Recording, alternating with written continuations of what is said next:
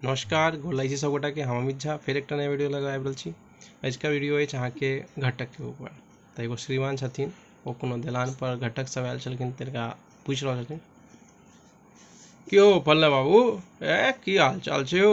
मैं बहुत बढ़िया छै, अबियो बैसियो। नहीं बैसबो नहीं, कनी खेत दिस जाइ छलहुँ, केओ आड़ि ताड़ि काटि लेलक हन, की कहिए। डेली डेली के इएह भऽ गेलै हन, बुझल अहाँक। 2-4-6 महीना पर जे छै से बाहर से आउ तऽ केओ जे छै से अहाँके आड़ि सीधे नहीं रहऽ देत। एक एक बित्ता घिचका कऽ तत लाइन ओकरा बना दै छै टेढ़मे, सब बेर ठीक करा कऽ जाइ छी। आब कोन ओकरा सबके अथी लागल छै, उक्खी बिक्खी, एक एक इंच में कतेक उपजा लेतै से की कहियो। कोन बला के डोर की कह, पछवाड़ी बाग में रहे कतौ। हाँ, अब जाइ छी कनि ओते। सुनलियै घटक टटक आयल छल लड़का के।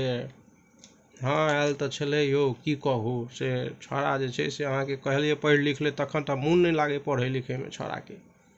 की बात से धुर की कहू, उएह बात भऽ जाइ छै पढ़ा लिखला पर। आइ काल्हि लड़की सब तऽ बुझिते छियै अहाँके, जेहो नहीं पढ़ल लिखल छै सेहो ग्रेजुएशन छै। हाँ ई बात है, बिल्कुल सही कहलहुँ। आ छौड़ा के कहलिए पढ़ि लिख ले रे, तऽ बकरी चरबै से फुर्सत नहीं। जायत तऽ अहाँके स्कूल जैते, आ ओ छौड़ा सबके ओकर बकरी तकरी छै, तकरा सब संगे बकरी चराबऽ लगितै। तऽ बुझिते छियै, आब जे आबै छै से अहाँके पढ़ाई पर छाँटि दै छै। हाँ खैनी छ, हाँ लाब देहो, की करबो अहाँके जे छै से तोरा। बड़ा लेकिन जुलुम वाला बात छै। सुनलियै हन 5-6 टा घटक सब आबि कऽ जे छै से लेबह, हाँ लाबो देहो कटे मैं खा। हाँ लेकिन बहुत अच्छा एकटा छै हमरा लग, बुझलक, 12वीं पास चलि जेता। दूर हमरा तऽ किछु चलि जेतै, नहीं बुझलियै। ई छौड़ाके तऽ केओ लऽ जाइ खाली, हम तऽ कहै छियै पैसो जे छै हम अपने दिशा खर्च करबै। हाँ भगवानके दिवासँ हमरा कोनो चीजके कमी अछि, खाली एकरा केओ पसन्द कऽ ले। देखै छियै, देखियौ एखनो जा रहल छै रे, कतऽ जाइ छी रे? हैं चौक पर जाइ छी बकरी चराबै लए। इएह काज सब करैत रहबह कि देखब हखन जे एखने आबि कऽ जे छै से की कहू हे, डेली आबै छै बुझलियै। 2-4 दिन पर केओ ने केओ आबि गेल लऽ कऽ। अब चाह पानि पीबैत आब ओ शरबत वाला जमाना चलि ने गेलै यौ। आब तऽ ठंडा चलै छै। मिठाई केना नहीं 2 टा के दिए, 2 टा के सिंघाड़ा केना नहीं दिए। हैं 1-6 महीना के अंदर 10,000 से ऊपर तक खाली खा के चलि गेलन। आ ऊपर से सरदुआ जे पढ़े लिखे काल में मुँहे मचोड़ि दैतियै तोरा सबके जे छै ने से पढ़े में जे मोन नहीं लागे।